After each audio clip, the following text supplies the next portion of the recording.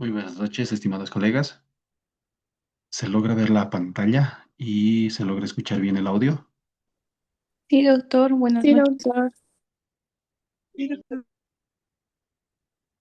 Muy bien, muchas gracias por la respuesta.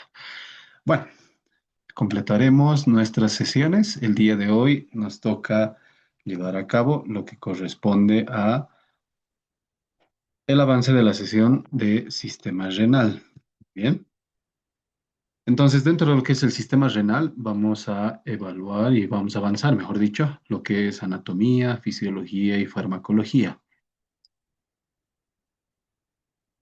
Ahora bien, son todos estos acápites que vamos a llevar en esta sesión relacionado a lo que es la anatomía, la filtración, funciones de regulación de absorción, secreción, incluso el equilibrio ácido base, porque el riñón es uno de los órganos esenciales y así como tal algunos fármacos o grupos de fármacos que actúan a este nivel. Entonces, nos adentrémonos a lo que son los riñones como tal.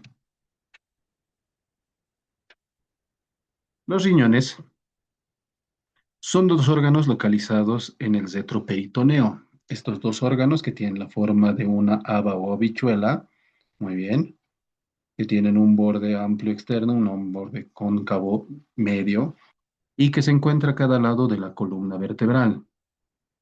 Aproximadamente se encuentra entre T12 y L3. Sin embargo, debido a ciertas características, por ejemplo, en relación a lo que es el lóbulo hepático, muy bien, el vaso, suele existir alguna diferencia en relación a su altura, muy bien, gracias a lo que es el hígado en el lado derecho, suele estar el riñón derecho más descendido en relación al izquierdo, 1,5 a 2 centímetros, hay una diferencia. Las dimensiones de estos órganos son de 12 de alto, muy bien, 6 de ancho y 3 de espesor, 12 por 6 por 3. Y además tenemos que el peso oscila en 150 gramos aproximadamente cada uno de estos, donde hay una diferencia entre los varones y las mujeres. Los varones sí llega a los 150 gramos y en las mujeres suele llegar a los 135 gramos. Muy bien. Este riñón está protegido obviamente por fascias apeneuróticas, la grasa perirenal, muy bien, en el retroperitoneo, y también una cápsula fibrosa que lo cubre incluso llegando hasta el ilio. Entonces, esa cápsula fibrosa es también para la protección, muy bien. Ahora existe lo que es las fascias y la grasa pararenal, ese tejido adiposo situado entre la fascia renal y hasta que llega a la fosa ilíaca derecha. Como ustedes saben, sus relaciones van oscilando entre los órganos que se encuentran a su alrededor. Y bueno, en sus polos superiores vamos a encontrar unas estructuras que son las glándulas suprarrenales. Muy bien, tanto en el riñón derecho como en el riñón izquierdo en sus polos superiores. Ahora, existen algunos puntos específicos que es importante denotar, por ejemplo, que la vena renal izquierda es más larga que el lado derecho, como ustedes podrán ver, debido a que tiene que cruzar la columna vertebral hacia el lado izquierdo. Muy bien, en ese sentido, porque la vena cava inferior se encuentra hacia el lado derecho. Eso quiere decir que en casos de trombosis, por ejemplo, esta vena renal puede ser fácilmente afectada. Y por otro lado tenemos el punto de Boas, que se encuentra en el ángulo costovertebral. ¿Qué quiere decir esto? A nivel de lo que es la doceava costilla y la columna vertebral. Supongamos que aquí está la columna vertebral y aquí está la doceava costilla, entonces en este punto podemos encontrar lo que es el ángulo de Boas. ¿Para qué sirve eso? Clínicamente y semiológicamente, cuando se realiza una percusión en ese punto o se hace una presión digital, puede denotar estiramiento, puede ocasionar un estiramiento de la cápsula renal, muy bien, que suele ser un signo característico y llamativo o de sospecha de una pielonefritis aguda o en algunos casos una uropatía obstructiva. Es importante recordar ese punto de Boas. Muy bien, hipersensibilidad en el arco costovertebral, doceava costilla y ahí lo que es el reborde costal y la columna vertebral. Como les digo, puede ser por uropatía obstructiva, ocasionando un cólico renal o también una pielonefritis. Ahora, en la parte interna no olvidemos que vamos a tener una corteza renal, vamos a tener la médula renal, si hacemos la sección en sentido, muy bien, sagital. Y de esta forma la médula renal, como ustedes podrán ver, va formándose en columnas, las pirámides, muy bien, las pirámides renales, en cuyo vértice desemboca lo que son los cálices menores. Estos van confluyendo y forman los cálices mayores, y los cálices mayores van confluyendo para formar la pelvis renal, que va a dar conexión con el uréter. Muy bien. De la misma forma, es importante que la irrigación, el flujo sanguíneo renal que está en este órgano, alcance incluso el 20 a 22%. El flujo renal puede llegar a un 22% del gasto cardíaco total, vale decir aproximadamente 1100 ml, muy bien, por minuto. Entonces, esto se va a distribuir tanto para la nutrición del tejido como los procesos de filtración, de homeostasis, que lo vamos a ir detallando de forma progresiva. Ahora, estas arterias renales nacen directamente de la aorta. En la parte izquierda tenemos la arteria aorta, como ustedes podrán ver, y de ahí directamente nacen las arterias renales, tanto derecha como izquierda. Muy bien. Por debajo de lo que es la arteria mesentérica superior, eso como un punto de referencia. Entonces, cada arteria se va fragmentando progresivamente. Tenemos la arteria renal, luego son arterias segmentarias, posteriormente son arterias interlobares o interlobulares, muy bien, las arterias arcuatas o arciformes que van formando un arco, por eso, las arterias interlobulillares o radiales que se dirigen hacia la corteza, y de ahí vamos a tener también, en relación a lo que son los glomérulos, las arteriolas aferentes. Entonces, las arterias arcuatas, que es una parte esencial, cabalgan las pirámides medulares, todas estas pirámides medulares. Aquí encontramos lo que son las arterias arcuatas, muy bien, que va rodeando y cabalgando esas pirámides medulares, y posteriormente con la arteriola aferente, una vez que penetre en el ovillo glomerular, no olvidemos que va a formar parte de ese glomérulo. Muy bien. Entonces ahí se va a producir lo que es la filtración, el intercambio de sustancias y específicamente las funciones de este órgano, que es muy importante para mantener esa homeostasis. Entonces, vámonos a lo siguiente. Hablemos de la anatomía del riñón de forma microscópica. La unidad funcional del riñón es esta estructura, conocida como nefrona. Muy bien. Cada riñón tiene aproximadamente, muy bien, en relación a las nefronas, de 800.000 a 1 millón de nefronas cuando nace una persona. A partir de los 40 años aproximadamente, van descendiendo el número de nefronas. Muy bien. Cada uno nacía con 1 millón, por ejemplo. 1 millón. Entonces, cada año, a medida que vamos envejeciendo, desde los 40 años, va disminuyendo aproximadamente 100.000 neuronas, hasta que inclusive puede llegar a disminuir el 10% de las neuronas por cada década, muy bien, debido a distintos procesos. Obviamente esto está en relación a hábitos de vida, consumo de medicamentos, elementos nefrotóxicos, daño.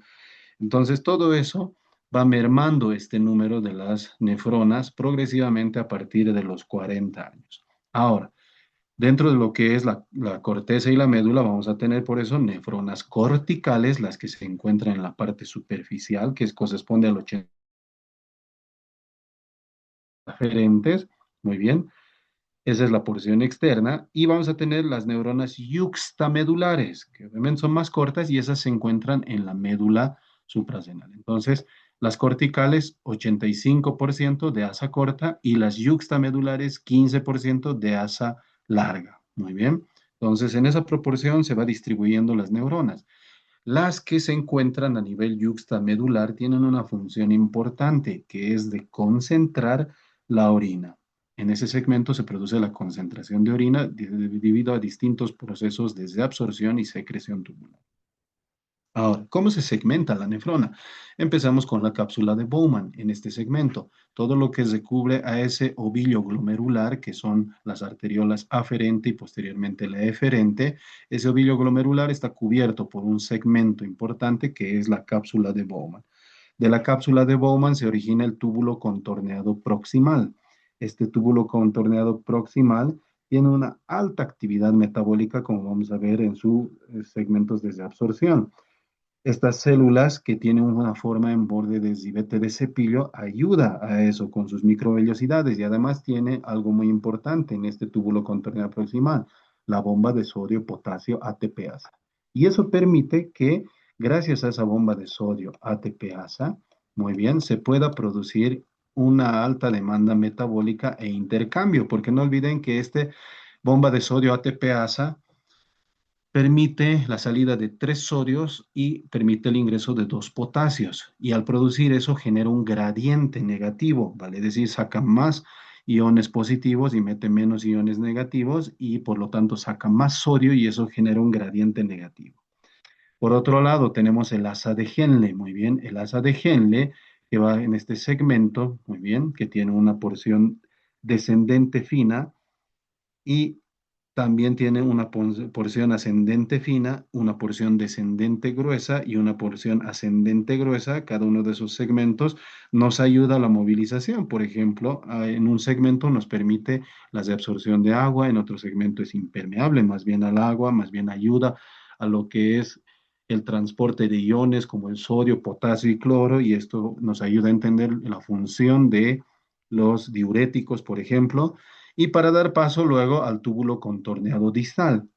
Cuando llegamos al túbulo contorneado distal, muy bien, en su forma inicial, vamos a encontrar que está en relación también con una de las estructuras importantes en este segmento, tanto con la arteriola aferente como la eferente, ya llegando a los túbulos contorneados, donde se va a ubicar el aparato yuxtaglomerular, que es un punto muy importante para la regulación, muy bien, de la presión, de la concentración osmótica y de la filtración y de absorción.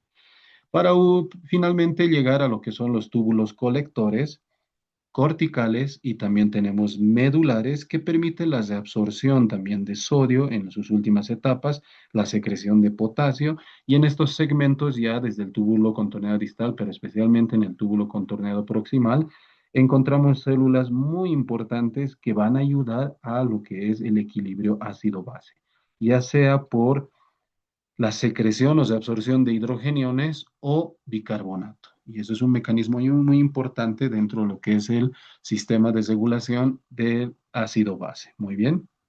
Entonces, en este segmento tenemos esos apartados. Ahora, dentro de lo que es esta cápsula de Bowman, que es muy importante mencionarla, al descubrir lo que es el endotelio capilar, que es un endotelio fenestrado, nosotros tenemos aquí una imagen, muy bien, tenemos lo que es el endotelio que tiene sus poros por los cuales va a pasar, muy bien, lo que corresponde a la filtración del plasma, esa capa endotelial que tiene varios poros de 70 a 100 nanómetros aproximadamente, impide el paso de células grandes, como los eritrocitos, los leucocitos, las plaquetas, pero también va a permitir de forma selectiva el paso de algunos elementos de acuerdo a ciertas características. Después de esto tenemos la membrana basal glomerular. Muy bien, tenemos primero el endotelio, tenemos la membrana basal glomerular. Esta membrana basal glomerular es acelular y está en medio del endotelio y la siguiente capa que es los podocitos. Muy bien. Esto está formado por colágeno tipo 4, por ejemplo, muy bien, fibronectina, laminina, y esto nos permite que tenga una electronegatividad, muy bien, esto también le da la electronegatividad. Por lo tanto, cargas positivas, muy bien, van a ser atraídas o cargas negativas van a ser repelidas por su electronegatividad que tiene. Y por último tenemos el epitelio visceral o también conocido como capa de los podocitos, muy bien por las características que tiene en forma de pie, las expansiones de estas células, muy bien, del epitelio visceral, que son altamente diferenciadas, muy bien, tienen estructuras, prolongaciones que se conocen como pedicelos, muy bien, y se van interdigitando, vale decir, van formando espacio, muy bien, como una forma de rejilla con la membrana basal glomerular. Entonces, esto estructura, este espacio que está entre los pedicelos, muy bien, son las hendiduras de filtración y también son pequeñas, 30 nanómetros, muy bien, menos que los poros. Eso va a ayudar a formar un diafragma. y ese diafragma permite la filtración. Entonces, toda la vasera de filtración glomerular está compuesta por el endotelio, por la membrana basal glomerular y también por el epitelio visceral o pedícelos. Muy bien. Entonces, estos tres van a conformar. Ahora, tienen algunas proteínas, los pedícelos, unas proteínas y que están en conjunto con la membrana basal o la membrana de filtración, que son las nefrinas, muy bien, las podocinas también, las cuales actúan como estructuras de tamizaje para determinar el tamaño final de los compuestos que van a poder pasar a través de esa vasera de filtración glomerular. Entre las proteínas, por ejemplo, una de las proteínas más importantes que encontramos en la circulación está la albúmina. Por su peso molecular, muy bien, podría pasar la vasera, pero tiene una carga neta negativa. ¿Y eso qué significa? Que uno, por su tamaño y dos, por lo que es su carga negativa, no olvidemos que habíamos dicho que hay electronegatividad, va a ser repelida. Es por eso que no debería haber proteinuria en relación a lo que es condiciones fisiológicas a través de la vasera de filtración. En algunas enfermedades, como en la enfermedad de cambios mínimos, muy bien, se produce esa disfunción de los podocitos, por lo tanto, permite el paso a través de los pedícelos de una mayor cantidad de proteínas más allá de un rango fisiológico. Muy bien. Entonces, estas tres estructuras que encontramos aquí a nivel de lo que es la vasera de filtración, una vez que llega el plasma, muy bien, encontramos lo que es los poros, el endotelio fenestrado, la membrana basal glomerular y también lo que son los pedícelos. La mácula densa, muy bien, hablando de lo que es el aparato yuxtaglomerular, el aparato yuxtaglomerular como tal ayuda a la retroalimentación túbulo-glomerular, que lo vamos a encontrar acá y lo vamos a ver y mencionar a más detalle posteriormente. Esas máculas densas que se menciona ahí muy bien, que es un grupo denso de células en el túbulo distal, actúan como quimios receptores que son sensibles especialmente a los cambios del cloruro de sodio. O sea, detecta los cambios, un descenso en el cloruro de sodio tubular. Por lo tanto, esto nos va a activar un sistema que lo vamos a mencionar también en unos momentos que corresponde al sistema renina-angiotensina-aldosterona. Muy bien. Entonces, ahí se producen esos cambios. Vamos más adelante. Entonces, hablemos de la fisiología como tal, la fisiología de la filtración glomerular, la dinámica de esta filtración, de absorción y secreción. Dentro de todo esto hay un mecanismo y las fuerzas como tal, muy bien, que corresponde a las fuerzas de Frank y Starling, las fuerzas de Starling en la filtración glomerular, lo que determina la tasa de filtración glomerular. Entonces, la cantidad de líquido que va a pasar a través de esta vasera glomerular, a través de esa vasera de filtración glomerular por unidad de tiempo, está dado por interacciones. ¿De qué? De distintas presiones. Unas son las presiones hidrostáticas y otras son las presiones oncóticas o coloidosmóticas. Muy bien. Que puede ser intracapilar, aquí ya tenemos el capilar, donde está la arteriola aferente y la arteriola eferente. Entonces, dentro del capilar hay presiones, tanto hidrostática como coloidal. Y a nivel de la cápsula de Bowman, esencialmente tenemos una presión hidrostática, la presión de la cápsula de Bowman. Muy bien, lo que nos va a dar la tasa de filtración glomerular. Gracias a una fórmula de la tasa de filtración glomerular, que es una constante K, muy bien, por la presión neta de filtración, vamos a tener lo que es esa tasa como tal en relación al cociente de filtración capilar, dentro del cual la tasa de filtración glomerular tenemos de 125 ml minuto por superficie corporal en el varón y 110 ml minuto por superficie corporal de la mujer. ¿Cuánto pasa a través de todo esto? Aproximadamente 180 litros en relación a lo que es el gasto cardíaco, y habíamos mencionado que puede llegar al 22% del gasto cardíaco, 180 litros al día pasan por este segmento, muy bien, para ser filtrados. Y de todo eso, solo 1.5 litros en promedio, dependiendo de los ingeridos y eliminados, van a convertirse en orina. Entonces, ¿cuáles son estas fuerzas que ya las ven acá? Muy bien. Tenemos una presión hidrostática glomerular. Muy bien. Esta presión hidrostática glomerular, que es del 60%, hace que el líquido tienda a salir del capilar. Muy bien, por eso la flecha está ahí. Entonces, esta presión más bien va a favor de la filtración. Por otro lado, tenemos una presión que juega en contra, propio de lo que es el capilar, porque aquí está circulando lo que es proteínas. Y esa es la presión coloidosmótica glomerular, la presión que genera las proteínas. Y esta presión, por lo que es como tal, su osmolaridad, muy bien, y su peso molecular, hace que más bien el líquido trate de mantenerse dentro de lo que es el capilar. Entonces, en ese sentido, estas dos presiones juegan en contra. Una más bien trate de que salga el líquido y otra más bien trate de que se quede. Son distintas, vean, este es de 60 milímetros de mercurio y esta es de 32. Ahora, hay una tercera presión. Esta tercera presión ya está dada por la cápsula de Bowman. Y la cápsula de Bowman, más bien, trata de mantener el líquido dentro del capilar, entonces se resiste a la salida del líquido, muy bien, del agua, en este caso hablando. Entonces esa presión de la cápsula de Bowman es aproximadamente 18 milímetros de mercurio. Entonces, hablando en general, ya tenemos una fuerza que trata de que se filtre el líquido y dos fuerzas que más bien se mantengan dentro del capilar. Una a favor de la cociente, o bueno, en contracociente, una y las otras para mantener. Muy bien. Ahora, ¿cómo sale la presión de filtración neta? Haciendo nada más una suma y resta. Restamos la presión hidrostática glomerular, que es 60, menos la suma de estos dos, que corresponde a 18 y 32. Si sumamos 18 y 32 da 50. 60 menos 50 nos da una presión neta de filtración de 10 milímetros de mercurio.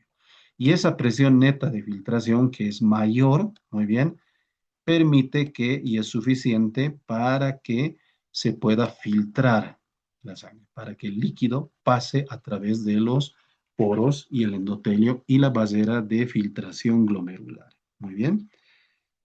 ¿Hay una presión oncótica en la cápsula de Bowman? Sí, se tiene conocimiento, pero no olviden, les dije, a través de esta vasera de filtración no debería pasar las proteínas. Muy bien. Entonces, la presión, por lo general, se maneja como una presión oncótica o coloidosmótica de cero en relación a la presión. Muy bien. Por lo tanto, nos da ese total de 10 milímetros de mercurio a favor de la filtración glomerular. Muy bien. Entonces, son las fuerzas que juegan. Aquí tenemos las fuerzas que favorecen a la filtración, la presión hidrostática glomerular y la presión oncótica de la cápsula de Bowman, pero este es cero. Entonces nos quedamos con 60. Y las fuerzas que se oponen a esa filtración, más bien que están en contracorriente, muy bien, son la presión hidrostática de la cápsula de Bowman, estos 18, y la coloidosmótica o oncótica de capilar, 32. Por lo tanto, nos da eso. Ahora, ¿qué pregunta suele hacerse? Y aquí es muy importante. Ya tenemos un valor de tasa de filtración glomerular normal, muy bien. Entonces, ¿qué es lo que sucede? Que cuando hay una tasa de filtración glomerular menor a 60 ml minuto por superficie corporal durante más de 3 meses, ya se puede estar hablando, se habla de una enfermedad renal crónica. Muy bien. Entonces, eso es importante. Suele ser un punto de información relevante. Menor a 60 ml por más de 3 meses. Ya con ese dato podemos estar ya ante una enfermedad renal crónica. Muy bien. Bueno, existe un mecanismo de autorregulación y eso también nos ayuda a la medición de la tasa de filtración glomerular. ¿Cuáles son los mecanismos de autorregulación? En este sentido, por ejemplo, cambios, como les decía, en la concentración del cloruro de sodio a nivel tubular, que aquí ya tenemos explícitamente, vean, este es el túbulo contorneado distal. Este túbulo contorneado distal está justo en la interjección entre la arteriola aferente y la arteriola eferente. Entre esos dos, justo está, muy bien, lo que es la mácula densa, muy bien, aparato yuxtaglomerular. Y esta mácula densa, que es la de color oscuro, que les decía son células especiales, actúan como quimios receptores. Estos quimios receptores van a detectar específicamente cambios en la concentración del cloruro de sodio. Muy bien. Y si hay algún cambio en esa concentración del cloruro de sodio, entonces va a permitir que se active ese sistema de renina-angiotensina-aldosterona, dependiendo cuánto es el valor. Si hay un valor alto, muy bien, de cloruro de sodio, o más bien es un valor bajo, que es su también activador. Entonces, cuando hay un aumento, por ejemplo, en este ejemplo, de lo que es el cloruro de sodio tubular, la mácula densa, este segmento, detecta ese cambio y por lo tanto el sistema renina-angiotensina-aldosterona más bien se inhibe. Muy bien. Y al inhibirse, más bien se activa la adenosina. Y esta adenosina va a disminuir lo que es la tasa de filtración glomerular. ¿Pero por qué? Porque va a provocar vasoconstricción. Muy bien. Entonces, mucho depende de ese estímulo porque puede ser un estímulo miogénico, muy bien.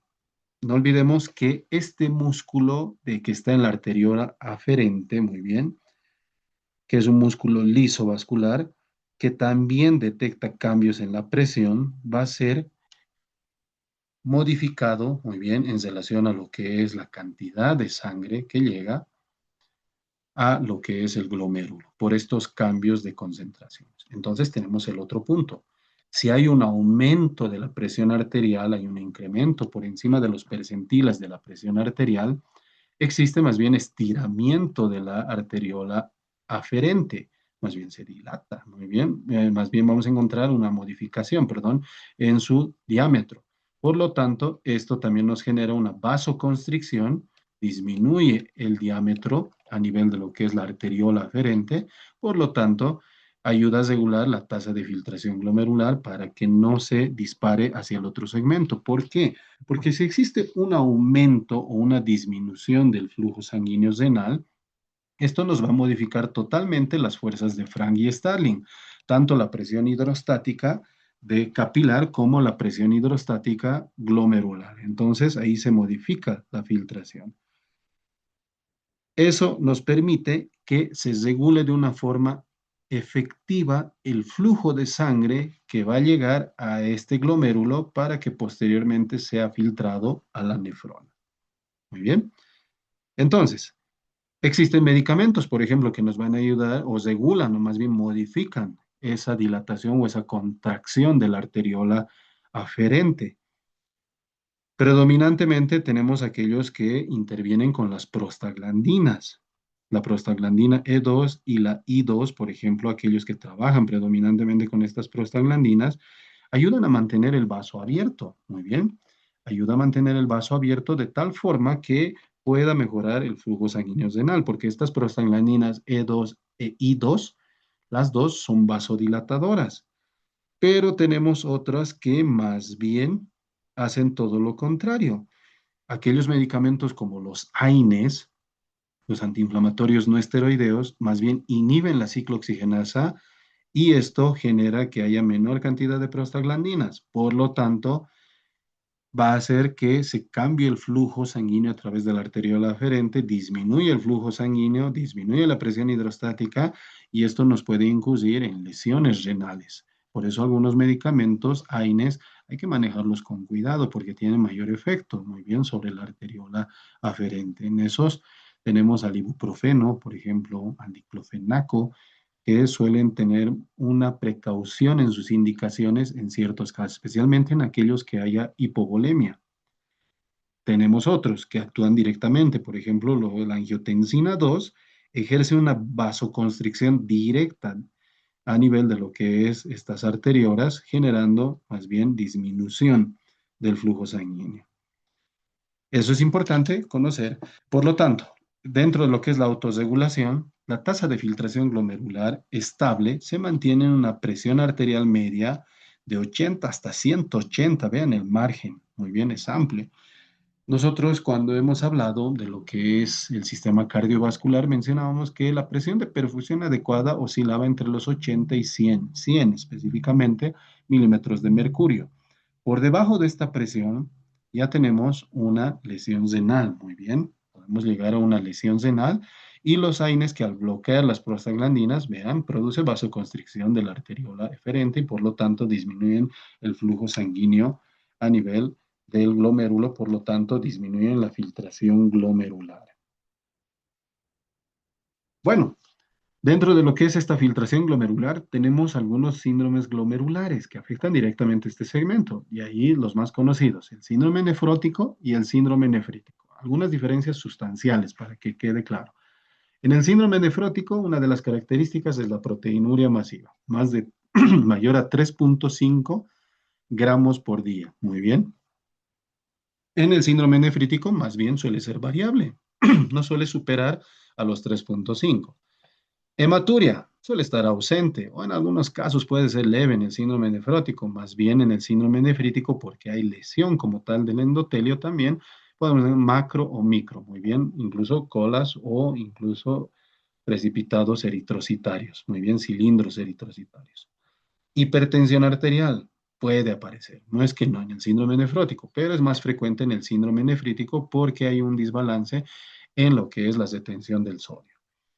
El edema es grave, muy bien, por esa proteinuria masiva que disminuye la presión oncótica a nivel de lo que es el flujo sanguíneo, va a alterar las fuerzas de Frank y Starling y más bien el líquido no va a detenerse dentro de lo que son los vasos sanguíneos y van a tener la susceptibilidad o la capacidad de poder salir al tercer espacio conocido así o al intersticio como tal. En el síndrome nefrítico es moderado. Causa número uno en niños. En el síndrome nefrótico, le habíamos mencionado la enfermedad a cambios mínimos. Y en el síndrome nefrítico suele ser por una glomerulonefritis postinfecciosa, en este caso postestreptocócica. Muy bien. Como causa, primera causa en los adultos, ya es una glomerulonopatía membranosa, ya es de tipo membranosa, ya no es de cambios mínimos. Muy bien.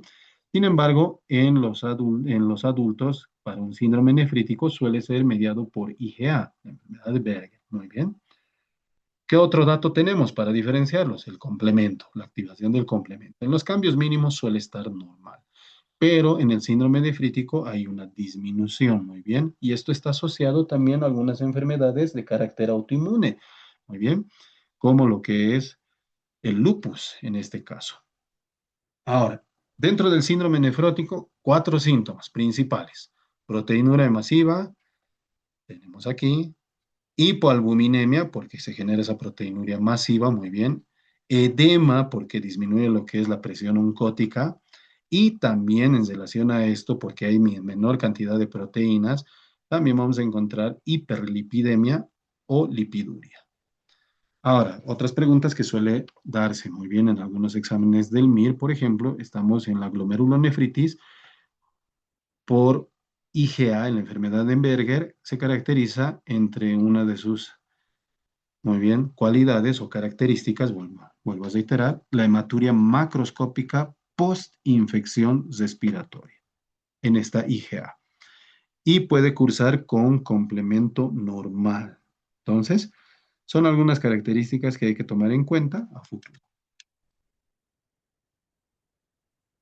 Hablemos ahora sí de la función tubular, de cada uno de los segmentos de la función tubular.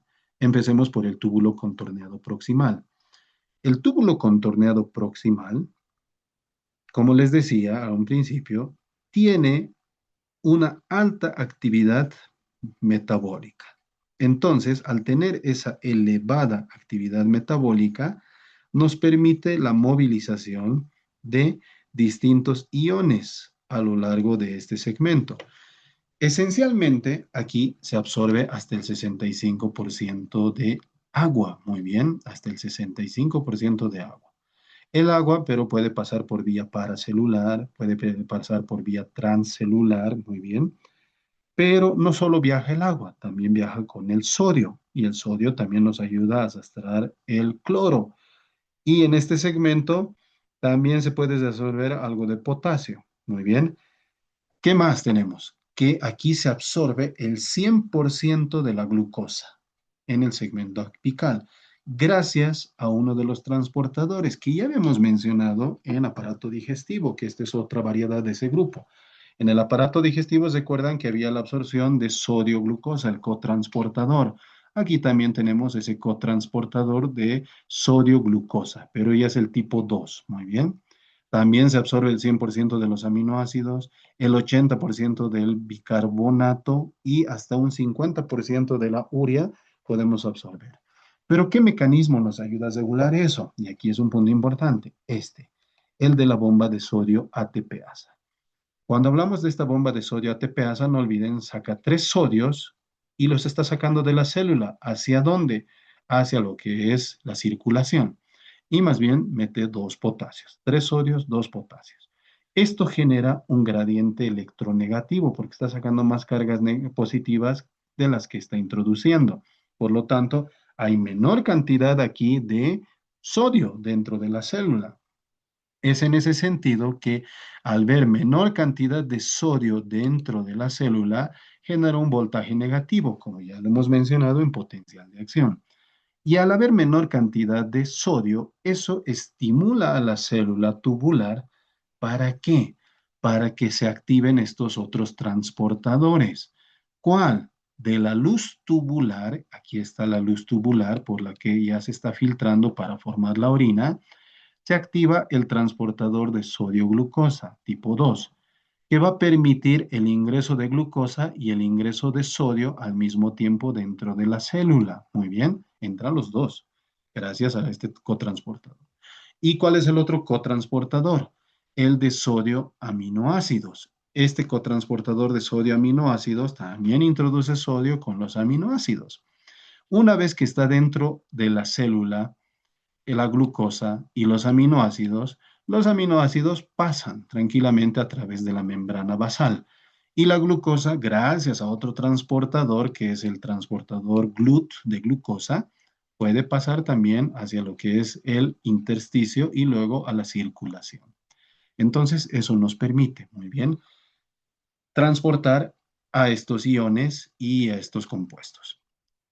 Tenemos otro, muy bien. También nos ayuda en parte a regular lo que es el equilibrio ácido-base. ¿Por qué?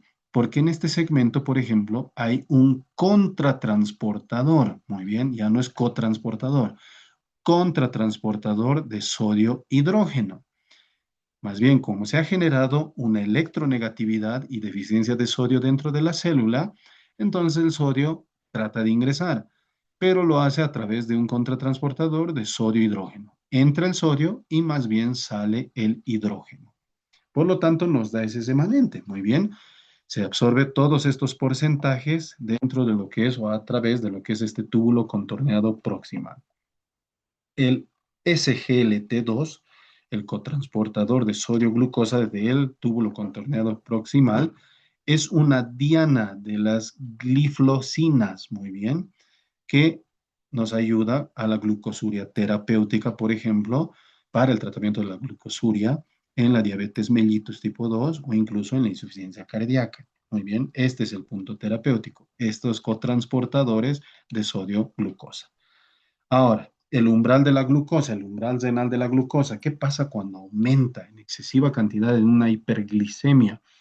O ya, si el paciente es diabético, incrementa, empieza a eliminarse la glucosa, ya no se puede reabsorber porque ya ha pasado el umbral. ¿Cuánto es el umbral renal de la glucosa?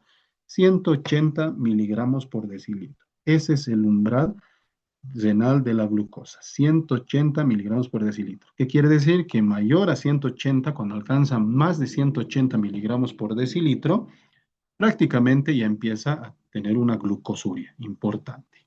Muy bien. En una diabetes mellitus, si hay glucosuria sin hipoglicemia, hay que tener cuidado, muy bien, hay que pensar en otras entidades. Entonces, ahí ya pensamos en distinto, muy bien, de forma distinta, lo que puede ser una enfermedad de Fanconi, muy bien, donde hay glucosuria, pero con glicemia normal. Bueno, avancemos. Vámonos a lo que es el asa de Henle y ese mecanismo que tiene de contracorriente. En el asa de Henle, principalmente, vamos a tener que, como es una forma de horquilla, Tiene una zama, una porción descendente fina, muy bien, una porción ascendente fina y una porción ascendente gruesa y descendente gruesa. Esos cuatro segmentos tiene el asa de Henle, muy bien, que tiene una forma de horquilla. Especialmente las nefronas yuxtamedulares, no olviden que son de asa larga porque las corticales eran de asa corta, son más pequeñitas.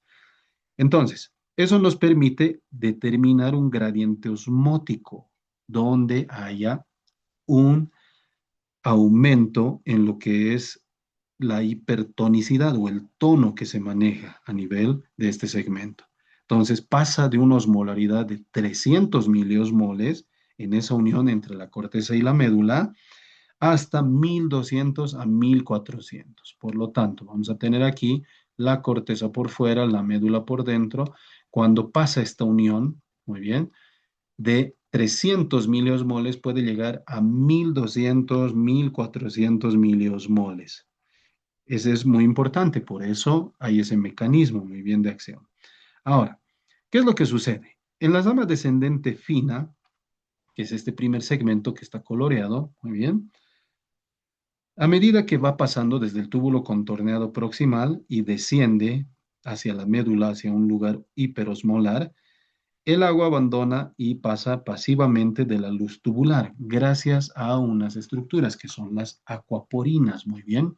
Gracias a las acuaporinas y por ese ambiente hiperosmolar que encontramos aquí entre lo que es el asa, muy bien, y ese espacio, entonces el agua va pasando gracias a las acuaporinas tipo 1, que son transportadores, son proteínas transportadoras.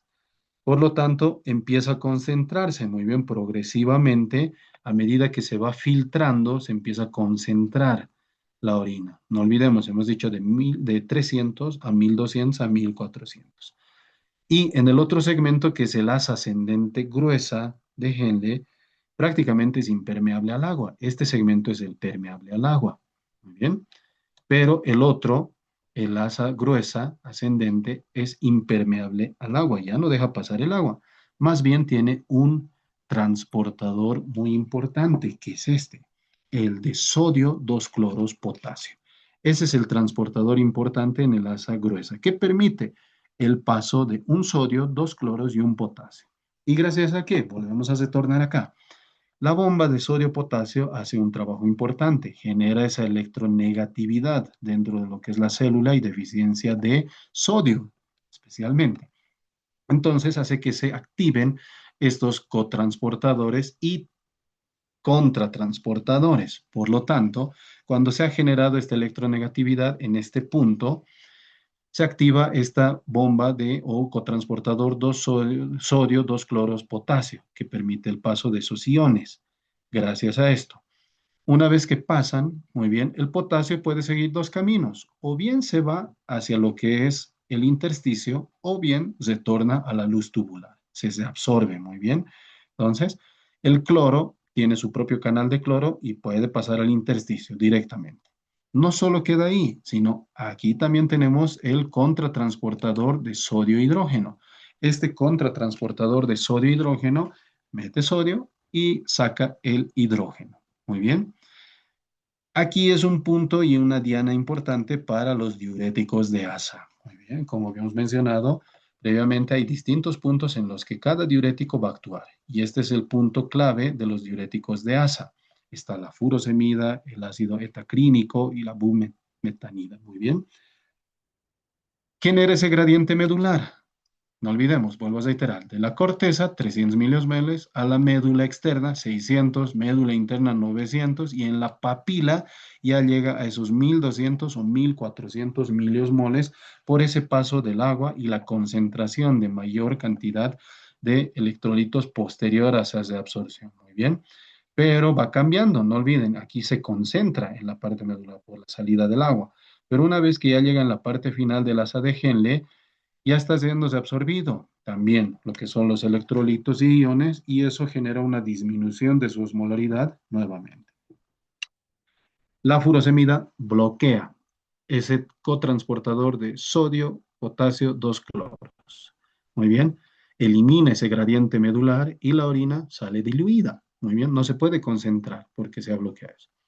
Por otro lado, la uremia, que es la acumulación de esa urea, contribuye al gradiente medular en esta asa de Henle cuando se produce esa hipertonicidad. Pero la urea se circula a través de lo que es el túbulo colector. Muy bien. Entonces, si bien ayuda a generar ese gradiente de osmolaridad que se ha producido en este segmento a nivel de la papila, también va a producir que se equilibre en el túbulo colector y no se mantenga ese gradiente al finalizar este proceso de absorción. En el túbulo contorneado distal y en el túbulo colector ya tenemos otras propiedades. Muy bien. En la primera porción del túbulo contorneado distal, ya se continúa absorbiendo lo que es el cloruro de sodio, que es filtrado. Muy bien. Ahí vamos a tener un transportador de cloruro de sodio. Nuevamente nos volvemos al ATP y se activa la bomba o el transportador, cotransportador de sodio-cloro. Los diuréticos tiacídicos, como la hidroclorotiacida, intervienen bloqueando este transportador, el de cloruro de sodio. Bueno, si continuamos y en este segmento también se produce una de las absorciones importantes, que es del calcio. En este segmento, gracias a la PTH, también se produce la absorción de calcio. Muy bien. Entonces, ahí se estimula lo que es la apertura de los canales de calcio para que puedan ser absorbidos.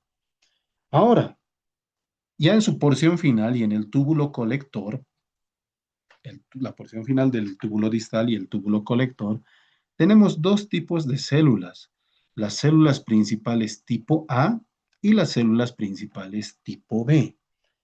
¿En qué se diferencian? Muy bien. ¿Y cómo nos ayudan en general las células principales?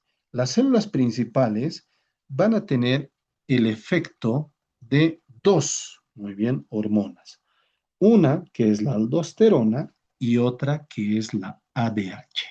Entonces, en este punto, tanto la célula principal tipo A como la tipo B van a tener una intervención hormonal. Ahora, ¿cómo actúan? La aldosterona, que es un mineralocorticoide producido por la glándula suprarrenal, actúa activando unos canales, que son los canales epiteliales de sodio.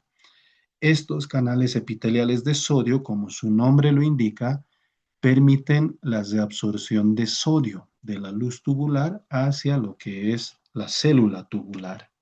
Entonces, es uno de sus puntos importantes. Los canales epiteliales de sodio que son conocidos como ENaC. Muy bien, ENaC. Entonces, los canales epiteliales de sodio están ampliamente estimulados por lo que es la aldosterona. Y no solo eso, la aldosterona también estimula a la bomba de sodio-potasio ATPasa y también estimula a canales de potasio dentro de lo que es la célula tubular. Entonces, esos efectos tiene como tal la aldosterona en estos segmentos. Por otro lado, tenemos la hormona antidiurética o ADH. La hormona antidiurética o ADH, conocida como también vasopresina, tiene un receptor V2 que va a actuar con otro transportador en estas células, que son las aquaporinas. Muy bien. Estas aquaporinas, que son las de tipo 2, son las que van a permitir la reabsorción de agua en este segmento. Teníamos una acuaporina tipo 1 previamente. Ahora tenemos las acuaporinas tipo 2. Y ese es el target de la ADH, la tipo 2. Muy bien. Ahora, esta vasopresina, porque también se llama vasopresina, porque tiene otro receptor, V1, que más bien produce vasoconstricción. Entonces, son puntos importantes, no olviden. Los canales epiteliales de sodio también permite apertura de canales de potasio y activa lo que es, como tal, la bomba de sodio-potasio, la aldosterona. Muy bien.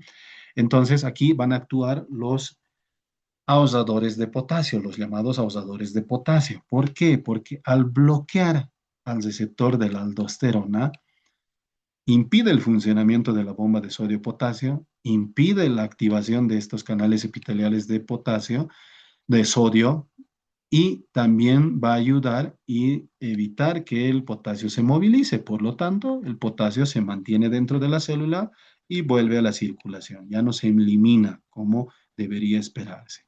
Muy bien. Ahora tenemos otros bloqueantes de los canales de sodio, que también algunos lo conocen como usadores de potasio. La amilorida y el triamtereno no es que bloqueen la aldosterona, bloquean este canal epitelial de sodio, específicamente hablando. Ahora, ¿qué más tenemos? Tenemos células intercaladas, muy bien. Tenemos las células principales y tenemos las células intercaladas. Aquí, mejor dicho, son la tipo A y la tipo B. Entonces, estas células intercaladas tipo A y tipo B son las que nos regulan el equilibrio ácido-base, que en unos momentos más lo vamos a mencionar. ¿Cómo actúan las células intercaladas tipo A? Actúan gracias a una bomba de hidrógeno, muy bien, como tal, y también a una bomba de hidrógeno potasio ATPasa, semejante a la bomba de protones. Entonces, aquí tenemos una de las bombas de hidrógeno potasio ATPasa, más bien saca hidrógeno y mete potasio. Y tenemos la otra bomba de hidrógeno ATPasa, que más bien expulsa hidrógeno. Entonces, el mecanismo de estas tipo A es sacar el hidrógeno hacia la luz tubular. Pero, al igual que el eritrocito, aquí tenemos una enzima conocida como anidrasa carbónica. Esta anidrasa carbónica permite el transporte y la activación de estos también. ¿Por qué? Porque al tener el CO2, muy bien, de la circulación que entra dentro de la célula intercalar, con el agua, gracias a la anhidrasa carbónica, se forma ácido carbónico. El ácido carbónico se fragmenta en bicarbonato e hidrogeniones. Y estos hidrogeniones, gracias a estas dos bombas, van a poder salir a la luz tubular. El bicarbonato, más bien, gracias a este contratransportador de bicarbonato cloro, intercambia. Muy bien, se genera ese intercambio y el bicarbonato vuelve a la circulación sanguínea. Ahí está un mecanismo de buffer o tampón. ¿Qué pasa en las B? Lo contrario. Muy bien, entra, se forma el ácido clorhídrico, están los hidrogeniones y el bicarbonato. Pero les decía lo contrario, porque aquí lo que sale en las A es el hidrogenión y más bien lo que se recupera es el bicarbonato. Mientras que en las B pasa lo contrario.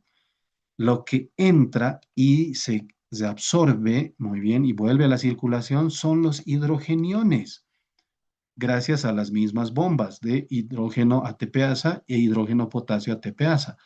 Pero lo que va a salir es el bicarbonato, gracias a este transportador que es un contratransportador de bicarbonato y cloro, que era este mismo, pero en la luz tubular, conocido como pendrina. Ahí se encuentra esa pendrina. Por lo tanto, en algunos, dependiendo cómo va, en la acidosis nos ayuda la A y en la alcalosis la B. ¿Por qué? Porque en la acidosis, no olviden, hay aumento de hidrogeniones y más bien queremos deshacernos de hidrogeniones y bloquearlo con el bicarbonato. Pero en la alcalosis, más bien, hay un déficit de hidrogeniones y queremos que se elimine el bicarbonato. Por lo tanto, el bicarbonato funciona acá, muy bien, para eliminarse y el hidrogenión acá. Entonces, acidosis tipo A y alcalosis o base tipo B, para que se acuerden muy bien. La célula intercalar tipo A en la acidosis y la tipo B en equilibrio base o, o alcalosis como tal. Muy bien. Entonces, si es acidosis, más bien se absorbe el bicarbonato y se elimina hidrogeniones. Si es alcalosis, se elimina bicarbonato y se absorbe hidrogeniones. Eso es muy importante en este segmento. Ahora, en un problema como un hiperaldosteronismo primario, la enfermedad de Cohn, podemos encontrar hipertensión arterial, hipopotasemia, alcalosis metabólica y disminución de la adenina plasmática, simplemente por el hecho de que está activando más los canales epiteliales de sodio, está entrando mayor cantidad de sodio, está arrastrando más agua, hipertensión arterial. Y como se está activando los canales de potasio, está eliminándose más potasio y por eso tenemos hipopotasemia. Y no solo eso, también se activa estos mecanismos, muy bien. Por lo tanto, vamos a tener una alcalosis metabólica, hipopotasemia e hipertensión arterial. Y la función del ADH, para complementar y que se note más, tenemos aquí las células tubulares. Entonces, en las células principales, como habíamos mencionado, vamos a tener la activación de la ADH o hormona antidiurética o vasopresina, que actúa a nivel de los receptores V2. Estos receptores V2 que están en relación a las acuaporinas. ¿Por qué? Porque a través de un mecanismo de AMP cíclico, fosforilación de proteínas, se activan las acuaporinas 2 que van a la luz tubular, a la membrana, muy bien, apical, y esto va a permitir que el agua se introduzca. Muy bien, la absorción de agua, antidiurética. Muy bien. Y la angiotensina, como les mencionaba, que es un potente vasoconstrictor, actúa con los receptores AT1, muy bien, en las células tubulares. ¿Qué hacen estos receptores AT1 dentro del sistema renina-angiotensina-aldosterona, por ejemplo? Estos AT1 van a activar la bomba de sodio-potasio, el cotransportador de sodio bicarbonato y también lo que es la bomba de sodio-hidrógeno. Entonces, son mecanismos subsecuentes. Hormona antidiurética, aquaporina 2, no olviden. Y la angiotensina más bien activa el receptor AT1 y esto permite la reabsorción de sodio, mayor cantidad de sodio. Por lo tanto, ayuda a mantener o mejorar y aumentar la presión arterial porque estás absorbiendo sodio y obviamente por osmolaridad también va a introducirse agua. En una diabetes insípida central, por ejemplo, hay disminución de la ADH, disminuye en gran proporción la ADH. Por lo tanto, no se absorbe el agua, hay una poliuria hipotónica porque se sigue absorbiendo el sodio, muy bien, y entonces aquí vamos a tener una diabetes inclusive en otros casos nefrogénica sin respuesta a lo que es la ADH. Y esto suele ser por mutaciones genéticas en las cuales ya de forma incluso predeterminada no hay la posibilidad de producir estos receptores y generar estos transportadores. Muy bien. Ahora, ¿cómo se regula la osmolaridad y el control? Gracias a esta ADH. Se pueden producir una orina concentrada, una orina diluida. ¿Qué es lo que sucede? En una orina concentrada hay déficit de agua, hay menor cantidad de agua. Por lo tanto, se concentra en mayor cantidad de iones y elementos. Muy bien. La osmolaridad puede llegar a 1400 como a nivel medular de la médula renal.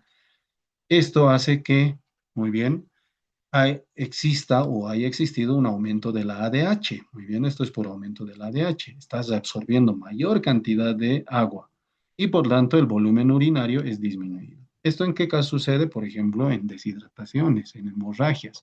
Hay una deficiencia de agua, aumenta la osmolaridad, se secreta ADH por la hipófisis, por la neurohipófisis, o se libera, muy bien, porque se produce en el hipotálamo. Como aumenta la ADH plasmática, esto genera mayor cantidad de acuaporinas, se absorbe mayor cantidad de agua, genera menor volumen urinario y por lo tanto la orina sale concentrada. Todo lo opuesto cuando hablamos de orina diluida.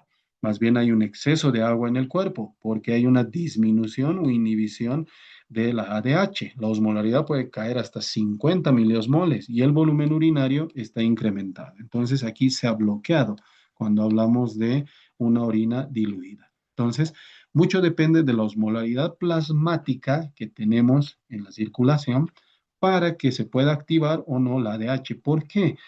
Porque la ADH, que se encuentra en el hipotálamo, en el núcleo supraóptico y paraventricular, que es donde se produce junto con lo que es la oxitocina, esta ADH en el hipotálamo, en esos núcleos, tienen osmoreceptores y al tener esos osmoreceptores hipotalámicos, se puede activar o inhibir el mecanismo de liberación de la ADH. Muy bien.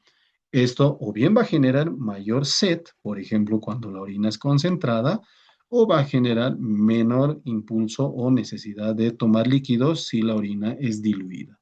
Esto para poder normalizar la osmolaridad normal, que oscila entre 280 y 295 miliosmoles. Ahora, el umbral para liberar ADH es de más de 285 miliosmoles. Muy bien. Ese es el umbral. ¿Qué quiere decir? Que cuando ya la osmolaridad plasmática supera los 285, muy bien, y se mantiene por encima de eso, entonces se estimula la ADH, ¡tas! Liberación. Pero tenemos el umbral para la sed. Cuando uno come, por ejemplo, cosas saladas como palomitas, papas fritas, muy bien, una pizza con abundante queso, por ejemplo, estamos activando su fase cefálica, muy bien, de la secreción gástrica. Aquí, el umbral para la sed, cuando la osmolaridad plasmática alcanza 280 miliosmoles, se activa ese umbral para beber. ¿Qué quiere decir? Que cuando la osmolaridad plasmática llega a más de 295, el cuerpo automáticamente ya se estimula a este nivel central para que la persona trate de beber. Y eso controlar muy bien con relación a lo que es la bulimia y la osmolaridad plasmática. El sodio plasmático, no lo olviden, es el principal osmol activo. La glucosa y la urea también contribuyen, tienen actividad osmolar. Por eso la osmolaridad plasmática se calcula con el sodio, la glucosa y la urea. Muy bien. O nitrógeno ureico sérico. Cualquiera de los dos se puede usar para calcular la osmolaridad plasmática, que oscila entre 280 y 295. Muy bien. Ahora, el sistema adenina-angiotensina-aldosterona, cuando se detecta ese cambio en la mácula densa, cuando hay un bajo flujo y una baja concentración de sodio, las células yuxtaglomerulares que se encuentran ahí en el aparato yuxtaglomerular, primero producen zenina, muy bien. Al liberar la zenina en la sangre, muy bien, existe una reacción enzimática, donde se va a transformar posteriormente y se va a activar la angiotensina 1 en angiotensina 2, gracias a la enzima convertidora de angiotensina, que principalmente las encontramos estas enzimas y estos receptores también a nivel de los pulmones, entre otros. ¿Esto qué va a generar? Una vez que tengamos a la angiotensina 2, hemos dicho que es un potente vasoconstrictor y también ayuda a la reabsorción. Entonces, por un lado, va a provocar vasoconstricción generalizada. Aumenta la resistencia vascular periférica o sistémica. Por otro lado, va a estimular a la corteza suprarrenal para que produzca aldosterona. Entonces va a la corteza suprarrenal y esta genera aldosterona. Y si recordamos la aldosterona en el túbulo colector, en las células principales, esta aldosterona aumentaba la reabsorción de sodio por los canales epiteliales de sodio, activaba la bomba de sodio-potasio y también la eliminación, o bueno, lo que es el transporte del potasio como tal. Muy bien. Entonces, esto en los túbulos colectores se daba. Por lo tanto, al reabsorberse mayor cantidad de sodio, también hay mayor arrastre por osmolaridad de agua y esto genera mayor incremento en la osmolaridad plasmática y subsecuentemente incremento de la presión arterial. No acaba ahí. ¿Por qué? Porque también se estimulan, gracias a esos mecanismos, la liberación de ADH. Esta ADH de la misma forma va a ir a actuar en el túbulo colector, permitiendo mayor absorción de agua, lo que nos genera un incremento de la presión arterial. El sistema renina, angiotensina, aldosterona y ADH o vasopresina. Entonces van trabajando de forma conjunta y en global.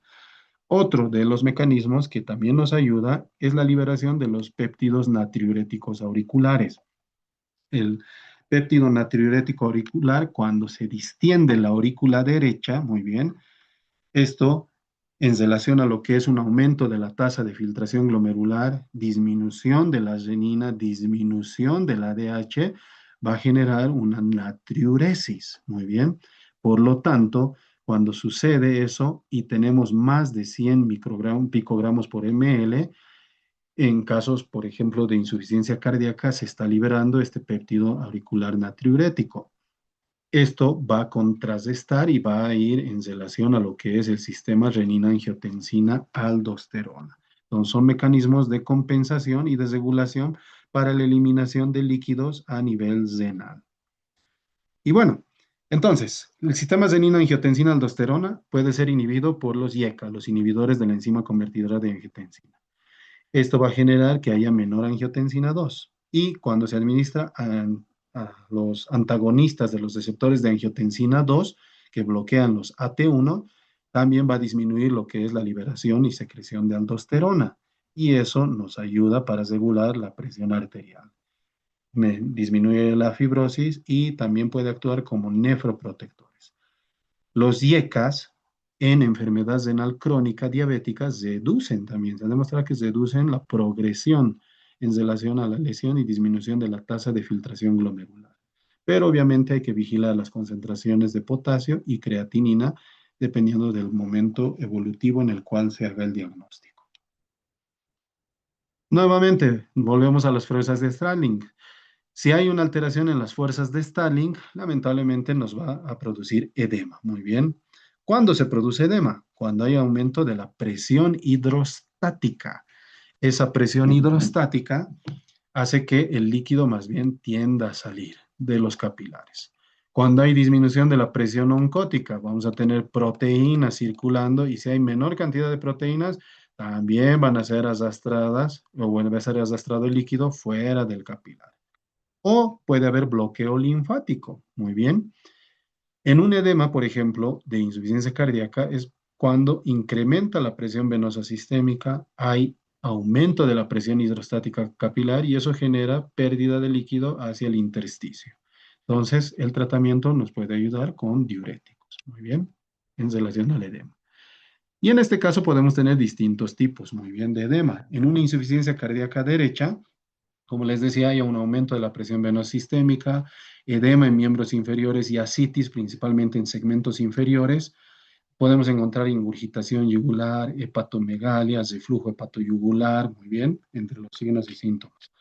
En una cistosis hepática, por alteración de lo que es la circulación portal y disminución también por lo que es la producción de proteínas, especialmente de albúmina, vamos a encontrar ascitis y edema en miembros inferiores.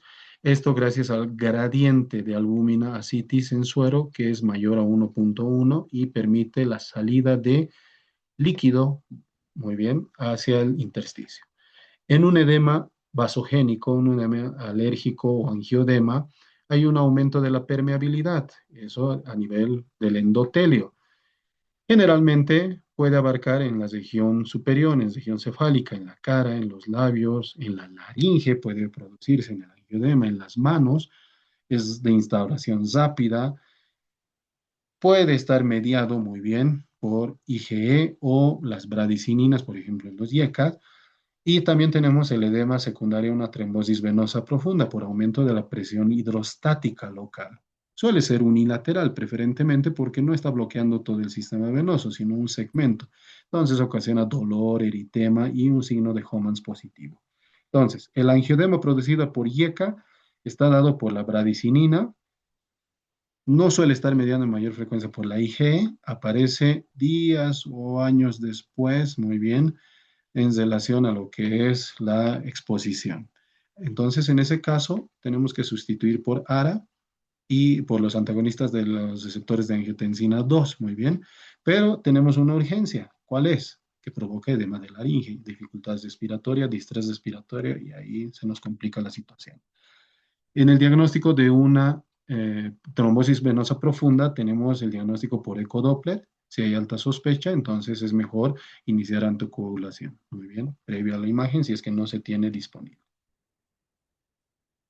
Y bueno, dentro de lo que es el equilibrio ácido-base, como ya habíamos mencionado previamente, tenemos que mucho depende de lo que es el sistema buffer o tampón. La ecuación de Henderson-Hasselbalch, que nos indica que es el logaritmo inverso a la concentración de hidrogeniones, está regulado por un componente metabólico y por un componente respiratorio. El pH normal de 7,35 a 7,45. El otro valor que nos interesa es el bicarbonato, que oscila de 22 a 26 mil equivalentes litro. Y la presión parcial de dióxido de carbono de 35 a 45. Solo le quitan el 7 nada más al pH para recordarse de la PCO2. Entonces, cuando se va fuera de estos rangos, ya hablamos de una acidemia o una alcalemia, muy bien. Y cuando ya tenemos una alteración como tal, entonces vamos a tener componentes metabólicos y respiratorios que nos ayudan a regular. Entre los principales, por ejemplo, para la PCO2, el componente respiratorio, ya que nos puede permitir la eliminación en menor tiempo de lo que es la presión, de la concentración de dióxido de carbono por una hiperventilación. Y el componente metabólico, como ya hemos visto a nivel del sistema tubular, que puede ayudar a regular la concentración de bicarbonato, o bien su absorción o bien la excreción, muy bien, ya sea del bicarbonato o de los hidrogeniones. Entonces, existe una regulación integrada. La regulación más rápida es la respiratoria, minutos nada más. Con un aumento de la ventilación alveolar, bajamos la PCO2 y eso hace que el pH incremente, vale decir, produce una alcalosis respiratoria. Alcalosis, incremento de pH y disminución de PCO2. Pero cuando hay disminución de la ventilación alveolar, más bien hay un aumento de la PCO2 y eso nos genera una acidosis. Muy bien. En la regulación es más lenta en relación a horas o días, que el riñón o bien se absorbe bicarbonato en el túbulo proximal que hemos mencionado, o bien secreta hidrogeniones a nivel del túbulo distal o colector en las células principales, en las células intercaladas tipo A. O también permite la excreción de lo que es los hidrogeniones y generación de nuevo bicarbonato en estas células intercaladas, pero esto ya es en horas o días. Y hay otro mecanismo, muy bien, que es el sistema buffer-tampón, que está relacionado más bien con estos, muy bien, que son ya en minutos u horas, que corresponde al sistema de bicarbonato. Ya lo conocen, gracias a la anhidrasa carbónica, que es una doble vía, o bien se fragmenta en CO2 y agua, o bien se fragmenta en hidrógenos y bicarbonato, que el ácido carbónico, gracias a la anhidrasa carbónica. Muy bien.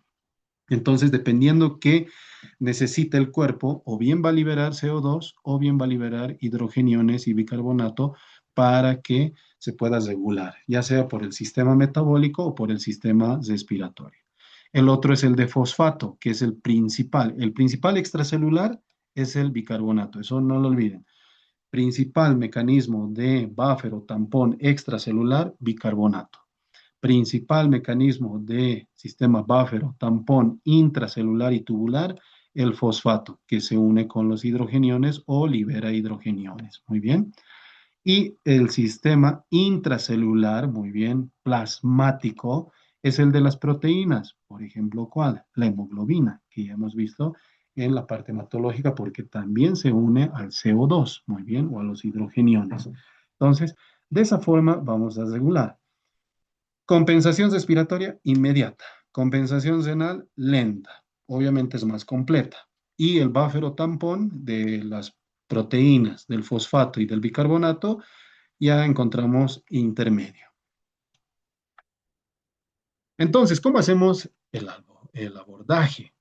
Primero, vemos el pH en una gasometría, por ejemplo. Vemos el pH. Si es menos de 35, acidosis. Si es más de menos de 7,35, perdonen, es acidosis. Si es más de 7,35 o 7,45, alcalosis. Este es el valor normal. Si es menos, acidosis. Si es más, alcalosis. ¿Qué significa esto? Si es menos de 7,35 es porque han aumentado los hidrogeniones. Pero si es más de 7,45, quiere decir que han disminuido los hidrogeniones. Entonces, eso es importante que lo tengan bien claro. Es inverso, por eso decimos el logaritmo inverso de la concentración de hidrogeniones. De ahí que nos da ese valor. Segundo, vemos qué tipo de trastorno primario tiene. Si el más afectado, muy bien, es el bicarbonato, hablamos de metabólico. Si el más afectado es el CO2, hablamos de respiratorio. Muy bien. Entonces, lo primero que definimos es acidosis o alcalosis. Lo segundo, si es metabólico o es respiratorio. ¿Cuál ha sido afectado? Muy bien.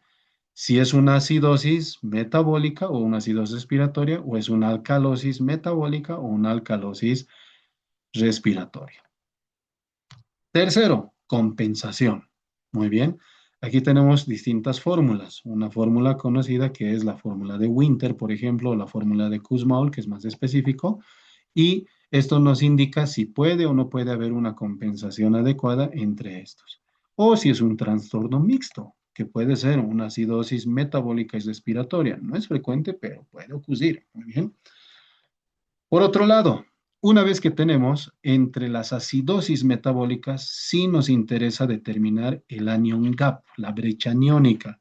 cuya fórmula es sodio menos cloro más bicarbonato. Lo normal es que oscile entre 8 a 12 miliequivalentes litro. Muy bien.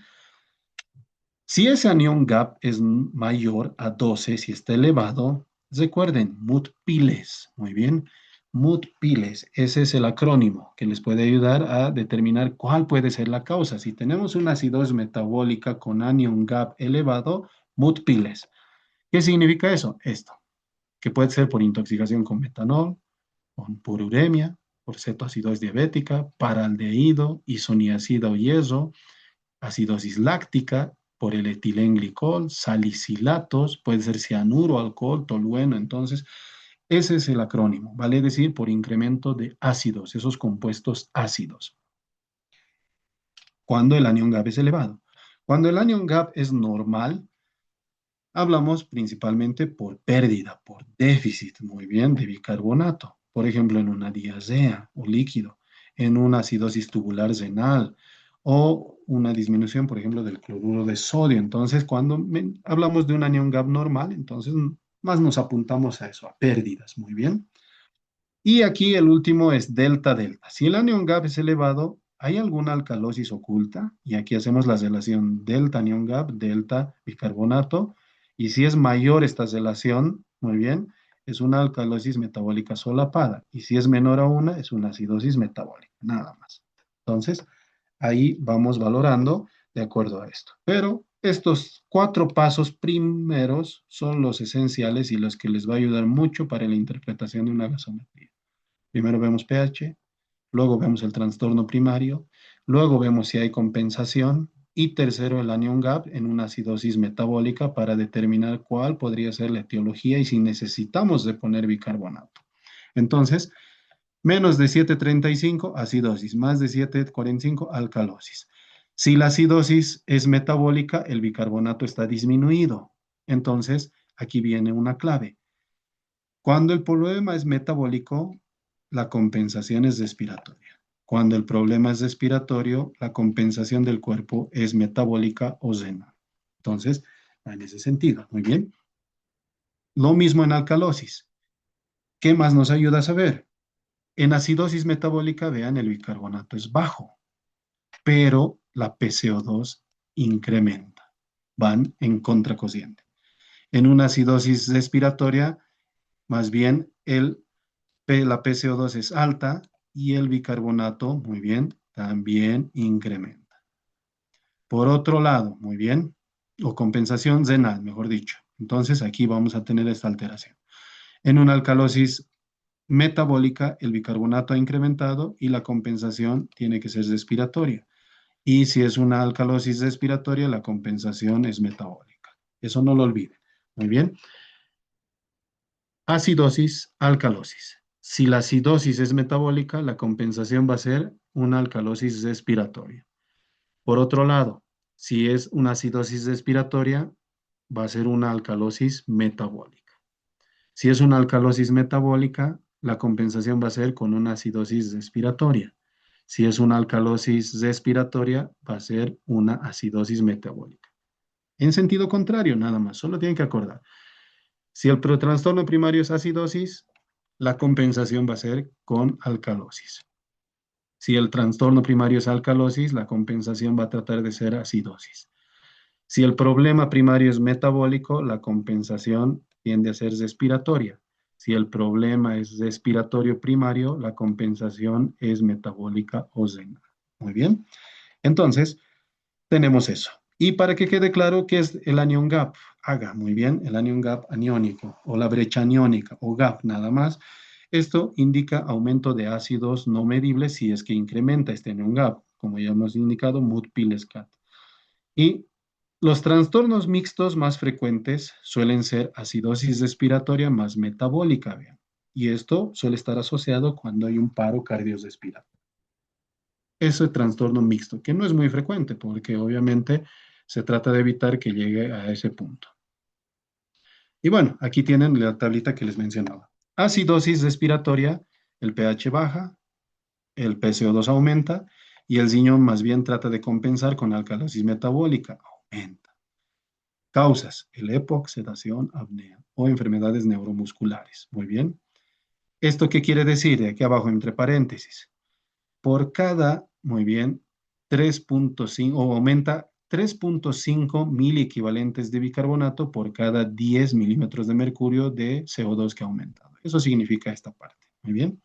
En una alcalosis respiratoria el pH ha aumentado, ha disminuido la CO2, entonces el riñón trata de bajar el bicarbonato. Por cada 5.000 equivalentes de bicarbonato que baja, o baja más bien 5.000 equivalentes por cada 10 milímetros de mercurio. Esto en casos de hiperventilación, agitación, sepsis, muy bien, edema pulmonar de altura, por ejemplo. En una acidosis metabólica, disminuye el pH, disminuye el bicarbonato y lo que trata de hacer es disminuir la PCO2. Y aquí está la fórmula de Winter para su conocimiento. De aquí, el anion gap, si es elevado, mutpiles. Si es normal, diazea o ácido tubular renal. Y la alcalosis metabólica aumenta el pH, aumenta el bicarbonato y la CO2 trata de aumentar. Por cada mil equivalente de bicarbonato que aumenta, aumenta 0,7 de CO2. Por ejemplo, cuando se administra vómitos, los diuréticos nos pueden provocar alcalosis metabólica, hiperaldosteronismo, como hemos mencionado. Muy bien. Y lo que les indicaba, en una acidosis metabólica con anion gap normal es pérdida de bicarbonato. Eso tómenlo en cuenta. Entonces ahí sí nos autoriza para reponer con bicarbonato. Si es anion gap elevado, es más bien ácidos, no reponemos. Muy bien. Más bien tratamos la causa por qué está subiendo ese tipo de ácidos o el mood piles. Y bueno, para completar esta sesión, colegas, algunos medicamentos que ya los hemos hablado, ya los hemos mencionado, pero es importante recalcarlos. Por ejemplo, los YECA. ¿Qué hacen los YECA? Inhiben la enzima convertidora de angiotensina. Muy bien. O mejor dicho, los diuréticos. Bueno, ya me estoy saltando de la diapositiva. Primero, los diuréticos. Los diuréticos tenemos uno, los de asa de Henle, muy bien, que bloquean acá el cotransportador sodio-potasio 2 cloros en la rama ascendente gruesa del asa de Henle, como la furosemida, torasemida. Estas son las indicaciones. El riesgo es que pueden producir hipopotasemia porque está sacando potasio. Puede llegar a autotoxicidad como efecto adverso o hiponatremia. Muy bien. Entonces, es más potente y utilizado como emergencia. Muy bien. Pero hay que monitorizar porque puede producir hipocalemias severas. Los tiacídicos, la hidroclorotiacida, bloquea los canales de sodio-cloro en el túbulo contorneado distal. Entonces, aquí estas son sus indicaciones, lo mismo, hipopotasemia, hay que tener cuidado con hiperglucemia por la activación de los cotransportadores más bien de glucosa, hiperuricemia porque también activa muy bien y actúa a nivel de la concentración medular y sus notas importantes. Muy bien. Los abusadores de potasio, como les decía, aquellos que bloquean la aldosterona o aquellos que bloquean los ENaC, los canales de sodio. Entonces, sus indicaciones y lo mismo. Como es abusadores de potasio, más bien nos pueden llevar al otro lado, hipercalemia. También, como trabaja con hormonas como la aldosterona, esto puede generar ginecomastia o acidosis metabólica. Mucho cuidado y esto también hay que tener cuidado con lo que es la función renal. Los inhibidores de la anidrasa carbónica, muy bien, en las células intercaladas, muy bien, intercalares. Entonces ahí tenemos lo que son la anidrasa carbónica en el túbulo contorneado, por ejemplo, que puede generar, puede ser, es útil en el glaucoma, en el mal de altura, muy bien, y alcalosis metabólica, y los cuidados que se debe tener. Entonces, si se administra furosemida, que tiene un efecto caliurético, eliminando lo que es el potasio, hay que reponer o vigilar estrechamente la concentración de potasio o añadir, en todo caso, un ausador de potasio. La espironolactona en insuficiencia cardíaca también se ha demostrado que reduce la mortalidad. Muy bien. La cetazolamida, el mal de monje o mal de altura, cuando, por ejemplo, suben a 3.600 metros sobre el nivel del mar y vienen a La Paz sin una adecuación o una ambientación. Muy bien y puede provocar acidosis metabólica compensatoria con hiperventilación. Entonces ahí hay que tener cuidado. Ahora, por otro lado, los IECA, bloquear los enzima convertida de angiotensina, ya hemos mencionado, disminuye la angiotensina 2, disminuye la aldosterona, aumenta la bradicinina. Estas son sus indicaciones. Entre sus efectos adversos, la tos seca, porque aumenta la bradicinina. En algunos casos, no es en todos, angioedema. Hay que cuidar lo que es la concentración de electrolitos y obviamente está contraindicado en el embarazo, en hipercalemias o estenosis de la arteria renal bilateral. Muy bien. El efecto más frecuente, tos seca, por aumento de la bradicinina. Eso sí es muy relevante porque suele ser una pregunta recurrente. Muy bien. Si no se tolera bien, hay que cambiar a los siguientes. Y en personas no muy bien caucásicas y especialmente en afroamericanos, sí puede estar relacionado o está relacionado con el angioedema. En la arteria, en la estenosis de la arteria renal bilateral, por ejemplo, los IECA van a disminuir la angiotensina 2. Eso genera una vasoconstricción eferente, disminución de la tasa de filtración y puede ocasionar una lesión renal aguda. Entonces ahí hay que tener mucho cuidado. Y eso mucho depende de la evolución del paciente. Y por último, los ARA2, los que son antagonistas de los receptores de angiotensina 2 y más bien bloquean al receptor AT1. Estas son las diferencias que tienen con los IECA. Muy bien. No afecta a la bradicinina, por lo tanto, no tiene ese efecto de la tos. La tos seca es muy rara. Muy bien. Puede presentarse, pero es muy raro. Esto no actúa directamente muy bien como tal con lo que es la síntesis de la angiotensina, pero sí con sus receptores. Entonces, cuando hay intolerancia a los IECA, se cambia a los ARA, preferentemente de acuerdo a las condiciones y evolución del paciente. El efecto es equivalente, muy bien, en relación a la nefroprotección y también está contraindicado en el embarazo. El principal que se utiliza, o entre los medicamentos más usados de este grupo, está el losartán, también el candesartán, el telmisartán, por ejemplo, de acuerdo a lo que es su vida media y su potencia. Y los ARA2 en nefropatía diabética sí suelen utilizarse como primera línea en diabetes mellitus tipo 2 con proteinuria. Muy bien, pero hay que vigilar, obviamente, igual la función renal y lo que es la concentración de electrolitos. Y bueno, colegas, con eso completamos. Aquí están los puntos esenciales, tanto de fisiología renal como de la parte de farmacología. No olviden que es importante algunos segmentos, especialmente en lo que es la función tubular, las correcciones, las causas del edema, los mecanismos de acción, y necesitamos seguir recordando una y otra vez porque estos medicamentos y también lo que es la fisiología renal, si se dan cuenta, está correlacionado con los otros aparatos y sistemas y son semejantes en algunas funciones, especialmente a nivel celular, como el transporte celular.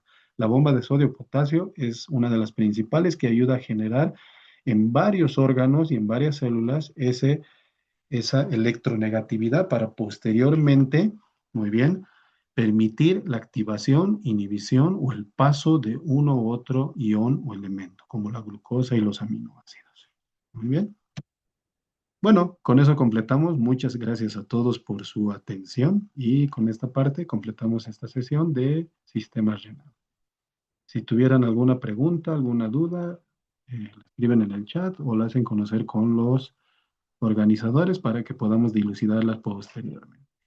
Muy bien.